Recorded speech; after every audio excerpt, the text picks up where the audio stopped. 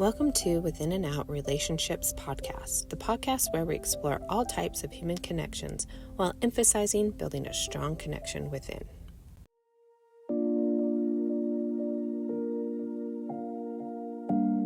This third episode is all about my immigrant ancestors, David and Eliza. Immigrants are who made our country. I'm very grateful to all my immigrant ancestors who sacrificed so much and made the long and challenging journey to this free country so all of their descendants could live the way they wanted. I am also grateful to all the other millions of immigrants from all the different countries that came here and who share their culture, which is the reason why the United States is as interesting and wonderful as it is. I believe that all immigrant stories should be shared. My great-great-great-grandpa, David Udall, was born on January 18th, 1829 in Goldhurst, Kent, England. He was the sixth of 9 children to his father, Jesse Udall, and his mom, Anne Drawbridge Udall. I don't know much about his parents, but I do know that they were married in Goldhurst, Kent, England on July 28th, 1821. David's father, Jesse, was born on October 11th, 1788 in Goldhurst, Kent, England, to John Udall and Catherine King, and he was the 10th child. He had 11 brothers and sisters, 7 living to adulthood. Jesse died on June 17th, 1865 in Rotham Tunbridge, Malling, Kent, England. David's mother, Anne Drawbridge, was born on April 15th of 1791 in Cranbrook, Kent, England. Her father's name was Thomas Drawbridge, and her mother's name was Elizabeth Borman, and she was the 7th out of 11 children. Anne was married once before to a William Boyes in 1813, and she had 2 children, a Louisa and a William, with her first husband, and then he passed away in 1816, and then she married David's father, Jesse, in 1821.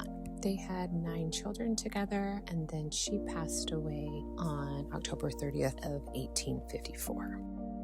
As a young child, David worked with his father. He worked with him from 9 years old until 11 years old. And then he went to Brighton in Sussex, 40 miles away, and he worked as a baker's boy, delivering bread to townspeople for 10 months.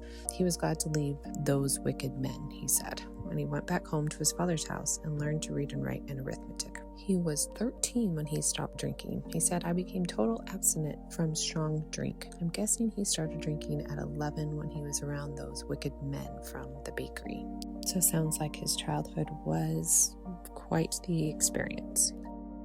My great-great-great-grandma Eliza King was born on December 30th, 1826 in Hammond Farm in Waltham Parish, Berks, England. She was also the 6th of 9 children to her father, William Wheatley King, and her mother, Anne Anderson. The small amount of information that I could find on her parents were that her father, William, was born on May 25th, 1788 in Wokingham, Berkshire, England. His father's name was Charles King, and his mother's name was Mary Wheatley. And then he married Anne on October 21st, 1816, and he passed away on May 9th, 1865 in Bracknell Forest, Berkshire, England. And the little we know about Eliza's mother, Anne, she was born on December 24th, 1798 in Binfield, Berkshire, England. Her father's name was John Anderson, and her mother's name was Anne Sanders. They were married on October 21st of 1816 in Wokingham, Berkshire, England. And then Anne passed away on July 13th, 1862 in Bracknell Forest, Berkshire, England at the age of 67. Eliza spent most of her growing up years as a cook and a maid. Her father was a farm laborer, and they were a very poor family and devout Protestant church members.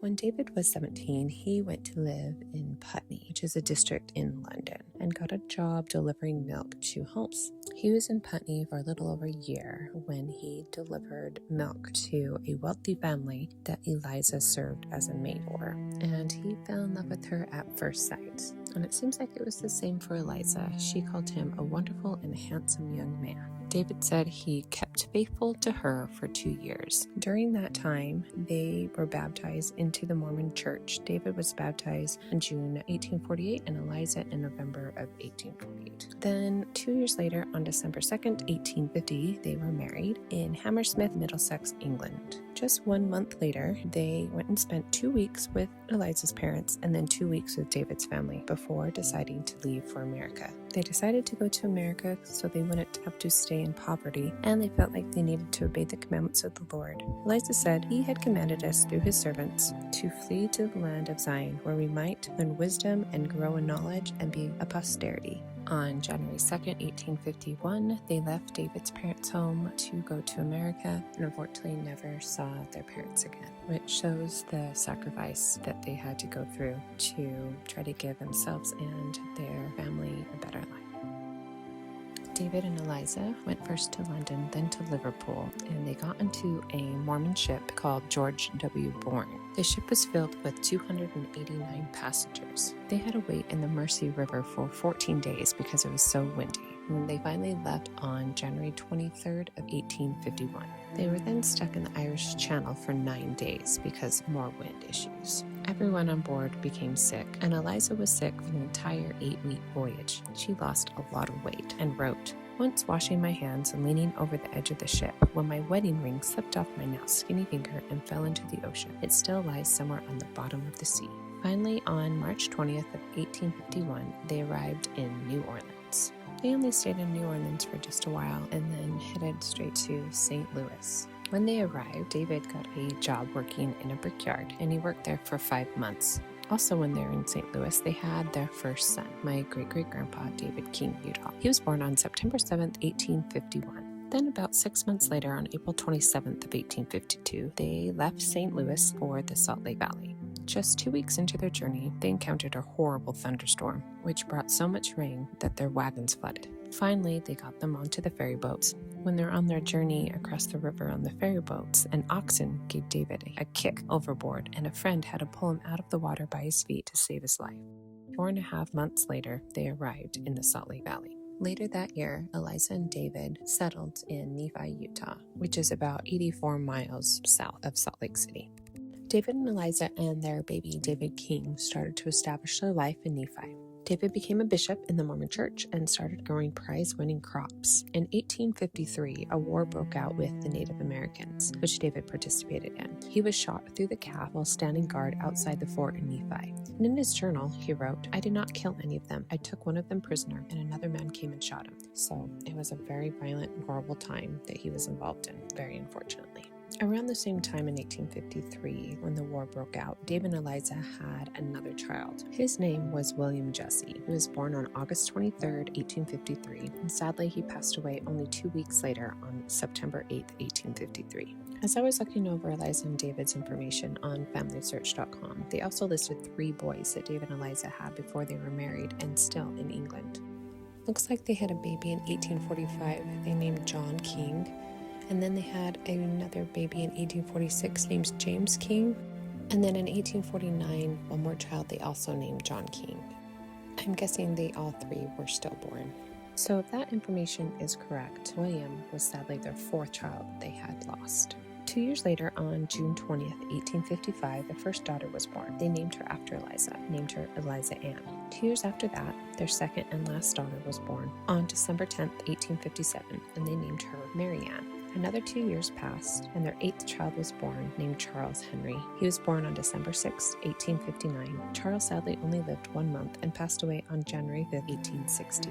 Very sadly, they lost 5 of their 9 children in infancy. About a year and a half later, after Charles passed away, they had their next and final child, Joseph, on June 23, 1861.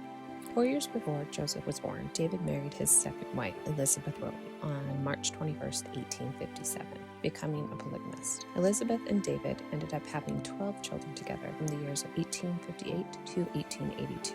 Sadly, only 2 years after David and Eliza's last child Joseph was born, Eliza passed away. She passed away on March 15, 1863, at the young age of only 36 years old.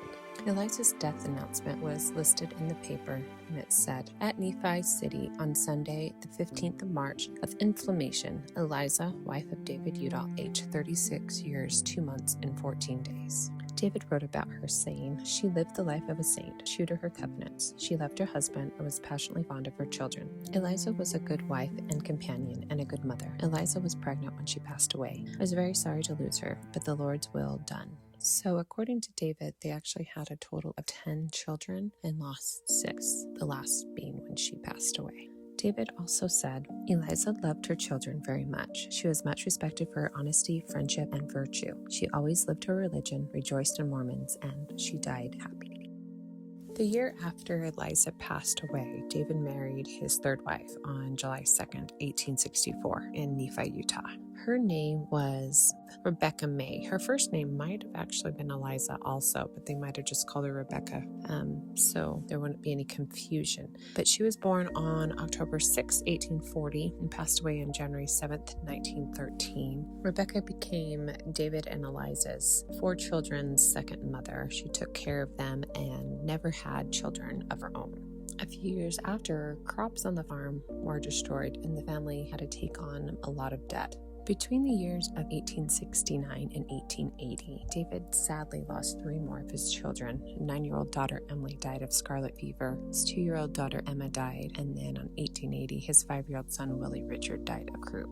Then in 1887, David and his son, I believe David King, are arrested and imprisoned for polygamy. In the newspaper, it said, "From Friday's Daily, December 9th, arrest of Bishop Udall. At Nephi, Juab County yesterday afternoon, Bishop David Udall was arrested on the charge of unlawful cohabitation. He will have a hearing before a United States Commissioner at Provo." So we know he was imprisoned. I'm not sure how long he had to be in prison for, but he did get in big trouble for being a polygamist, along with his son.